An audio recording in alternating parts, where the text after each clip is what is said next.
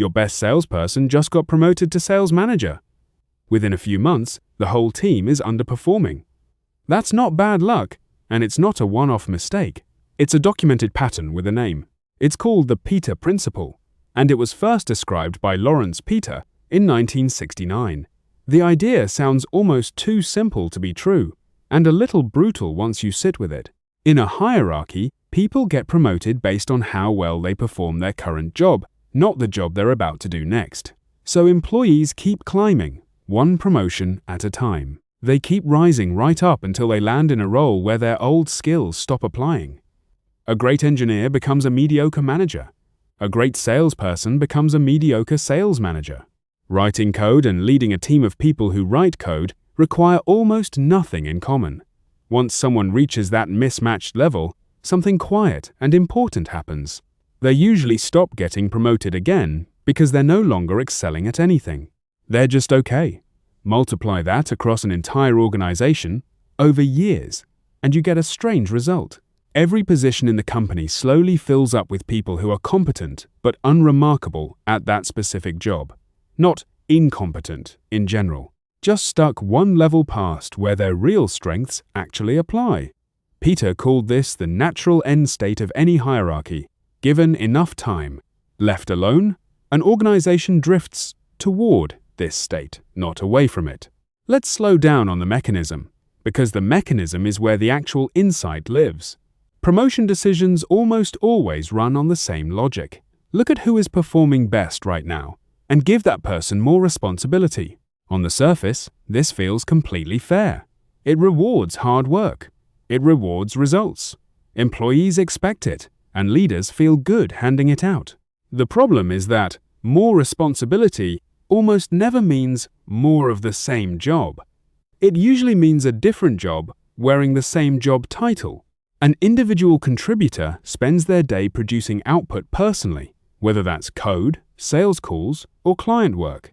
A manager spends their day multiplying other people's output through coaching, prioritization, conflict resolution, and decisions that don't show up as a single deliverable. Those are genuinely different skill sets. Being excellent at one tells you very little about whether someone will be excellent at the other. Yet almost every promotion pipeline treats them as a single ladder. One continuous staircase where doing well on one step is the entire application for the next step. There's another layer to this worth naming directly, which is time pressure. Most promotion decisions get made quickly, often to fill an urgent gap left by someone who quit or moved on. Nobody wants to run a slow, careful evaluation of management potential while a team sits without a lead for months. So, organizations default to the fastest available signal, which is always the existing performance ranking. It's not that leaders don't know, in the abstract, that management is a different skill. It's that under time pressure, the easiest defensible decision is promoting whoever is already winning at something. That decision is easy to explain to the rest of the company, easy to justify to HR, and easy to feel good about in the moment. Slower, better evaluation methods exist, but they cost time that a lot of organizations feel they don't have in the middle of a staffing gap. Here's a generic scenario that plays out in some version at almost every mid-sized company. Imagine a team where one engineer consistently ships the cleanest code, hits every deadline, and quietly helps teammates debug tricky problems.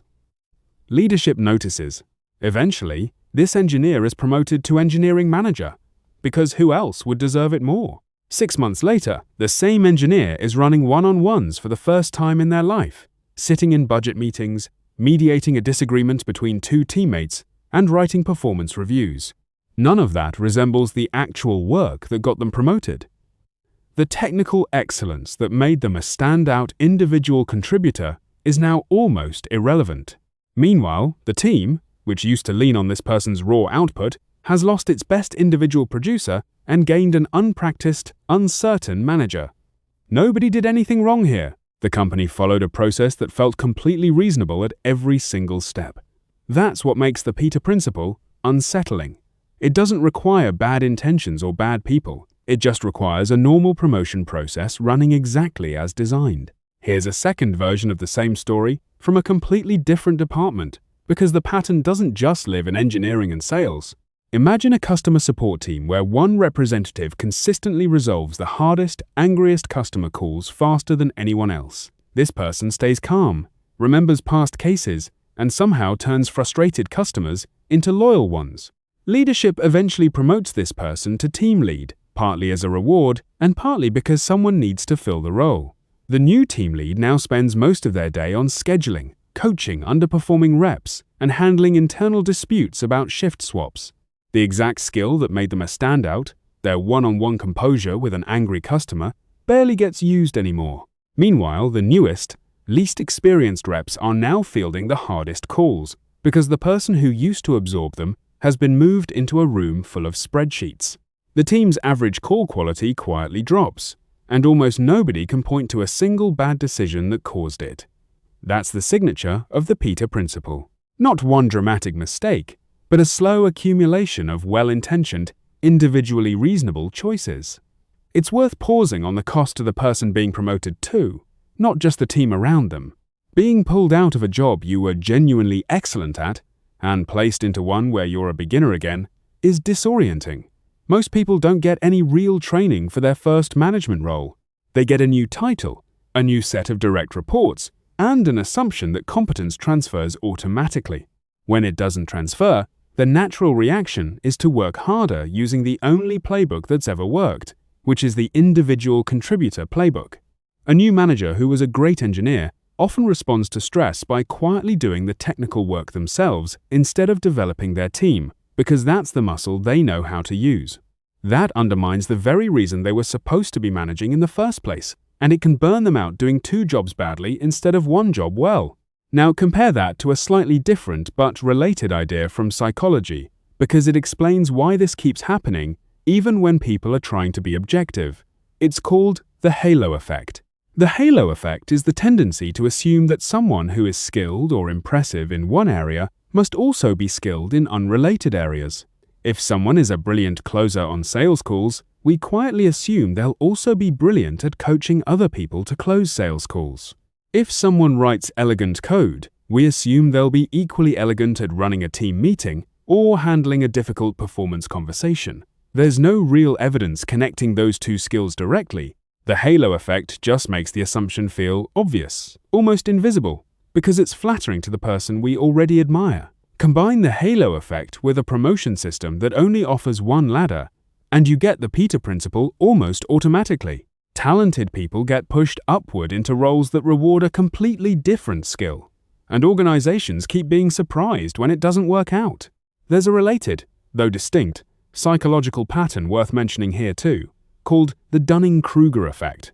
That effect describes how people with limited ability in a specific skill often overestimate their own competence at that skill because they lack the very knowledge needed to recognize their own gaps. It's not identical to what's happening with a newly promoted manager, and it's important not to blur the 2 together. The Peter Principle is about a structural mismatch built into how promotions get decided. Dunning-Kruger is about an individual's self-assessment of their own ability. But the 2 can compound each other in an ugly way. A newly promoted manager, unaware of how different management actually is from their old job, can walk in overestimating how ready they are, simply because nobody has given them a clear, honest picture of the new skill they're missing. The organization assumed competence would transfer. The new manager assumed the same thing about themselves. Both assumptions turn out to be wrong at roughly the same time, and neither side finds out until performance already starts slipping. There's also a selection problem hiding underneath all of this, related to survivorship bias. Companies only ever see the people who got promoted, not the people who might have made excellent managers but were never top individual performers in the first place. A quietly steady, average performer with strong people instincts and real emotional intelligence often gets passed over for promotion simply because their individual output was never the flashiest number on the leaderboard. The flashiest number gets the promotion. The best potential manager, who was never chasing that number in the first place, stays exactly where they are. Over time, this means companies aren't just promoting the wrong people into management, they're also failing to promote the right ones because the selection criteria were never actually built to spot management potential in the first place. This isn't just an old theory from 1969 that sounds clever in a business book. A 2018 study of sales teams measured this pattern directly, using real performance data rather than theory. Researchers looked at what happened when companies promoted their top-performing salespeople into sales management roles. The finding was blunt. Promoting the top salesperson tended to hurt both that person's output and the team's output at the same time. Two separate losses from a single decision that looked, on paper, like an obvious reward for excellence. That result matters because it shows the Peter Principle isn't a vague folk theory people repeat at conferences. It shows up in measurable performance numbers, in real sales organizations, using real outcomes. But here's the part that's easy to miss if you only remember the headline finding. The study wasn't showing that talented salespeople make bad people in general. It was showing that the specific criteria companies use to choose managers, namely individual sales performance, has almost nothing to do with the skills that actually make someone a good manager of other salespeople. Think about how normal this mistake feels from the inside of a real company. Nobody in that promotion meeting believes they're making an error. Promoting the top performer looks fair. It looks meritocratic. It looks like exactly what a healthy company should do to reward its best people. That's precisely why this keeps happening, everywhere, across industries, decade after decade. Nobody has to be careless or biased in some obvious way for this pattern to repeat. The system itself is quietly rewarding the wrong signal, and it will keep doing that until someone deliberately redesigns the incentive. So what's the actual fix, since diagnosing the problem is the easy part? The first fix is structural. Build two separate ladders instead of one.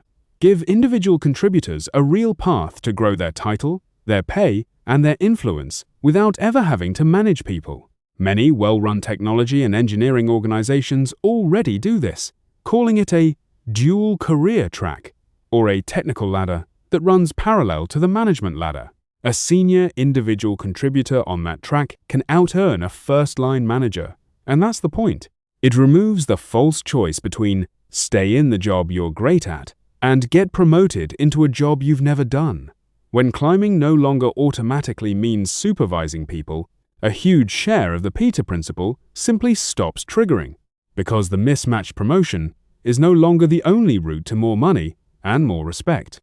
The second fix is to test management skill before handing someone a team, not after. This can be as simple as giving a promising individual contributor a small temporary slice of management work before the full promotion. Have them run a short project with 2 or 3 people reporting into them. Have them sit in on hiring decisions, or lead a retrospective, or handle a scheduling conflict between teammates. None of this requires a formal title change. It just requires exposing the candidate and the organization to a preview of the actual job before making it permanent. If someone thrives in that small trial, that's real evidence of management potential. If they don't, that's valuable information too, delivered before anyone's title, salary, or team stability is on the line. The third fix is to separate the reward from the role. If the only way to get a meaningful raise or a bigger title is to become someone's manager, you've built a system that manufactures the Peter Principle on purpose, even if nobody intended that outcome. Decouple recognition from supervision. Recognize excellent individual work with individual rewards. Reserve management promotions for people who have actually shown, ideally through some kind of trial run, that they can multiply other people's output rather than just produce great output themselves. The fourth fix is to build a real, dignified way back down. Some organizations quietly let promoted managers slide back into an individual contributor role once it's clear management isn't the right fit, without treating that move as a demotion or a failure. If going back to the job you were great at feels like public humiliation, nobody will ever admit the new role isn't working, and the mismatch just gets frozen in place for years. A healthy version of this looks almost boring from the outside. Someone tries management for 6 or 12 months, everyone involved treats it as a genuine experiment rather than a permanent life sentence, and if it's not clicking, they move back to individual work with their reputation fully intact. Companies that build in that off-ramp get far more honest signal about who actually wants to manage people, instead of who was simply next in line. It's also worth training the people doing the promoting. not just the people being promoted. Whoever makes these calls should be explicitly asked before every promotion what evidence exists that this specific person can do the new job separate from how well they did the old one. That single question, asked out loud in the room, catches a surprising number of Peter Principle promotions before they happen. Most of the time, when that question gets asked directly, the honest answer is that nobody actually checked. The promotion was based entirely on the old scoreboard, because the old scoreboard was the only piece of evidence anyone had bothered to collect. Here's the one-line truth underneath all of this.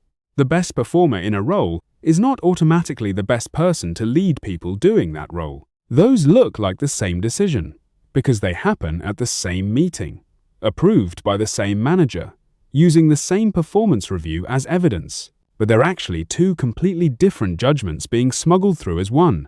Treating them as identical is exactly how competent, high-performing teams end up being run by someone who is quietly stuck at their own level of incompetence, through no real fault of their own. If you manage people, or you're about to promote someone soon, here's the practical takeaway. Before your next promotion decision, separate the question, has this person earned more responsibility, from the question, does this specific new role require different skills than their current one?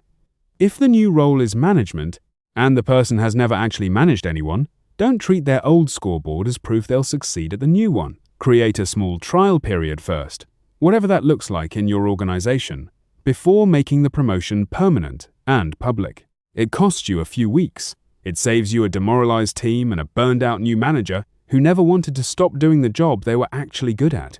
Follow for more theories that actually explain your workplace.